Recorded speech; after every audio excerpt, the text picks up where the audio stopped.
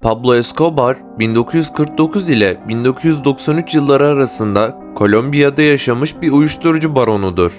1970'li yıllarda Amerika Birleşik Devletleri'ne gizlice soktuğu ve sattığı kokain ile inanılmaz bir zenginliğe sahip olmuştur. Tam adı Pablo Emilio Escobar Gaviria'dır. Çiftçi bir babanın ve ilkokul öğretmeni bir annenin 7 çocuğundan biri olan Pablo Escobar, 1 Aralık 1949 tarihinde Kolombiya'nın Rio Negro şehrinde dünyaya geldi. Ailesiyle birlikte sonradan Envigado şehrinin kenar mahallelerine taşındı.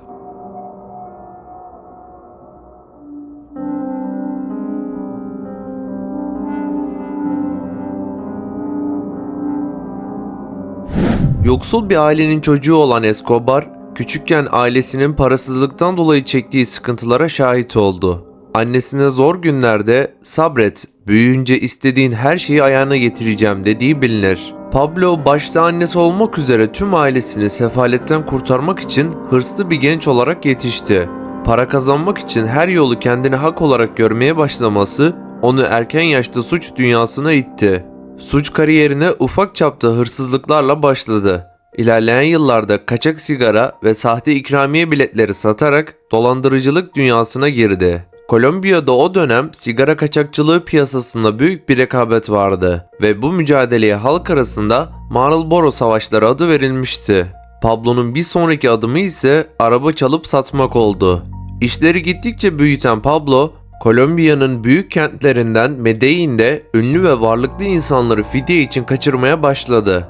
1970'lerin başında uyuşturucu piyasasının en önemli ürünü esrardı. Ancak 70'li yılların ortasında kokain popüler olmaya başladı.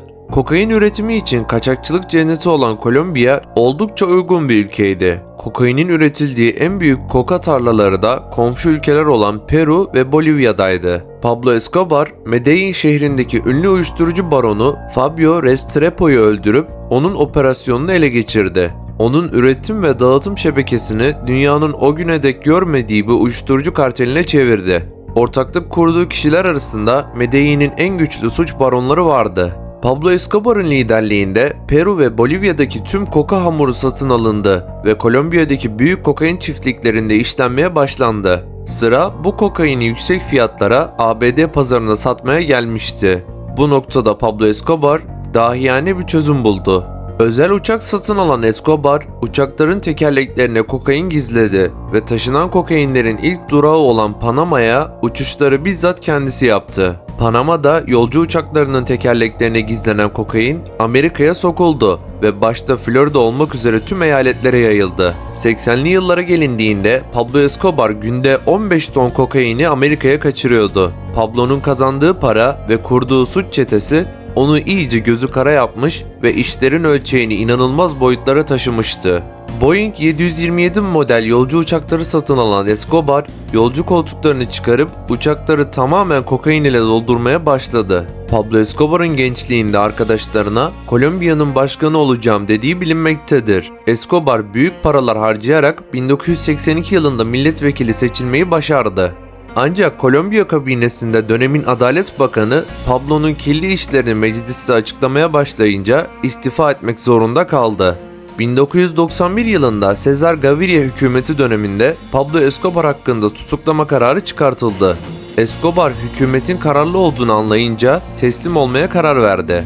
Çünkü teslim olmazsa yakalandığında ABD'ye teslim edilmesi söz konusuydu. Pablo teslim olurken hükümetle ABD'ye gönderilmeyeceğine dair bir anlaşma yaptı ve bir şart daha öne sürdü. Kendi hapishanesini inşa etmesine izin vereceklerdi.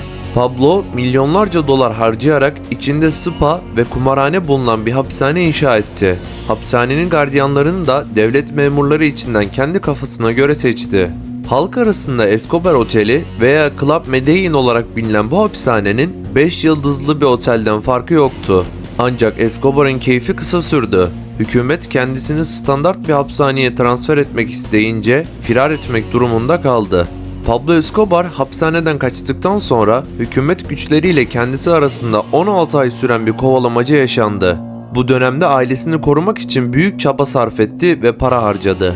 Başlatılan arama operasyonları süresince kolluk güçleri Pablo Escobar'ın Medellin kartelini de yıprattı.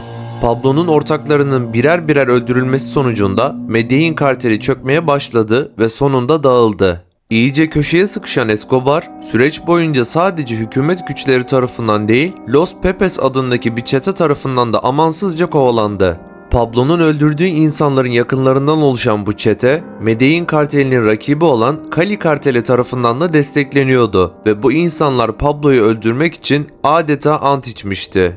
3 Aralık 1993 günü Pablo Escobar askerleriyle girdiği bir çatışmada öldürüldü. Bacağından, göğsünden ve kulağından vurulmuştu.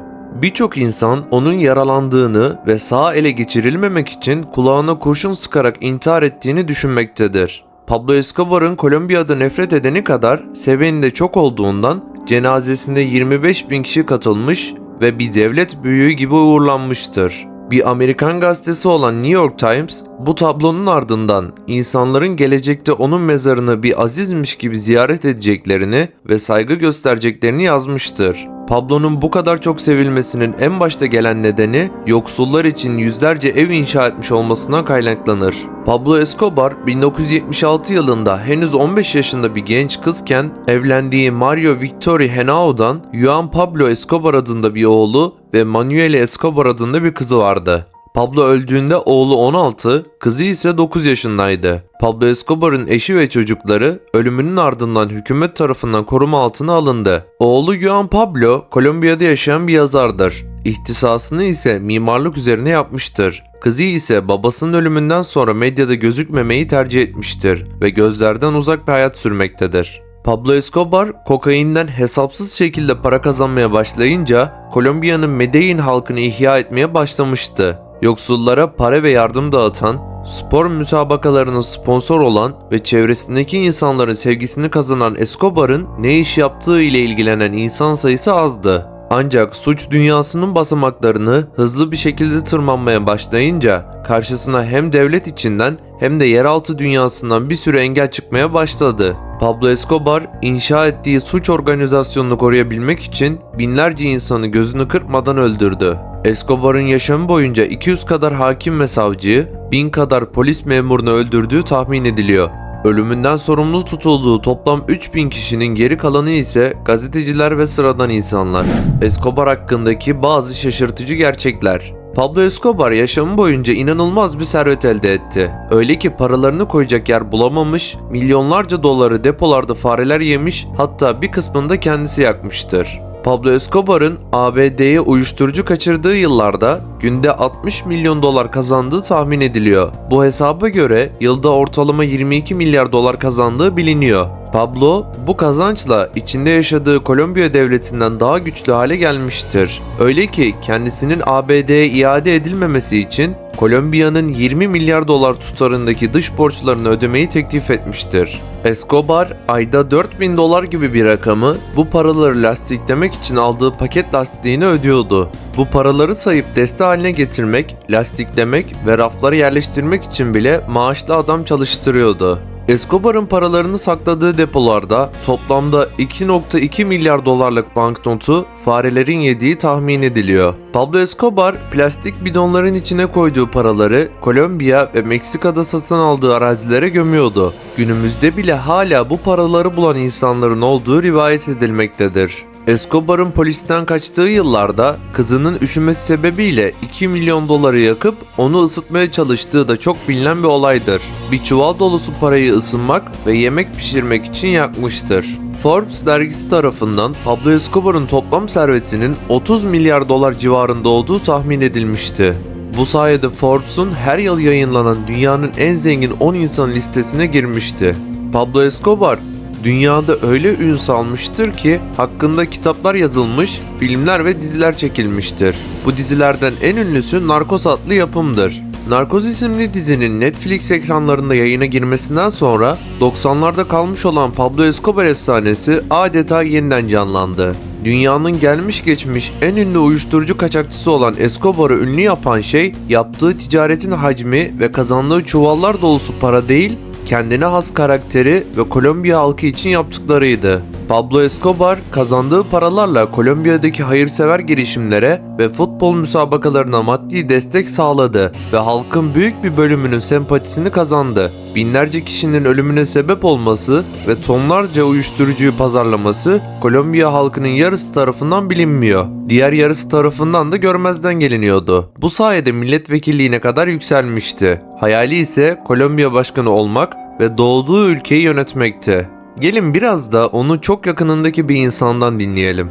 Çocukluk arkadaşı ve fotoğrafçısı Pablo Escobar'ın bilinmeyenlerini anlattı. Pablo Escobar'ın çocukluk arkadaşı ve fotoğrafçısı Edgar Jimenez Mendoza, Kolombiyalı uyuşturucu baronunun öldürülmediğine, yaşamına kendisinin son verdiğine inandığını söylemişti. Dünyaca ünlü uyuşturucu baronu ve bir zamanlar Kolombiya'daki Medellin kartelinin lideri Pablo Escobar'ın hem çocukluk arkadaşı hem de ömrünün son zamanlarına kadar yanında bulunan fotoğrafçısı Edgar Jimenez Mendoza, Escobar ile hatıralarını anlattı. Escobar'ın bilinmeyenlerini paylaşan El Chino lakaplı yazar Edgar Jimenez Mendoza, Escobar ile 13 yaşında lise yıllarında tanıştığını söyledi. Jimenez, Escobar ile 3 yıl aynı sınıfta okuduktan sonra 15 yıl boyunca kendisiyle hiç görüşmediğini belirterek Pablo ortalama bir öğrenciydi. Öyle çok göze çarpan bir öğrenci değildi. Çok güzel anılarımız oldu. Sonra irtibatı kaybettik dedi. 1980'de Forbes dergisine göre dünyanın en zengin 5.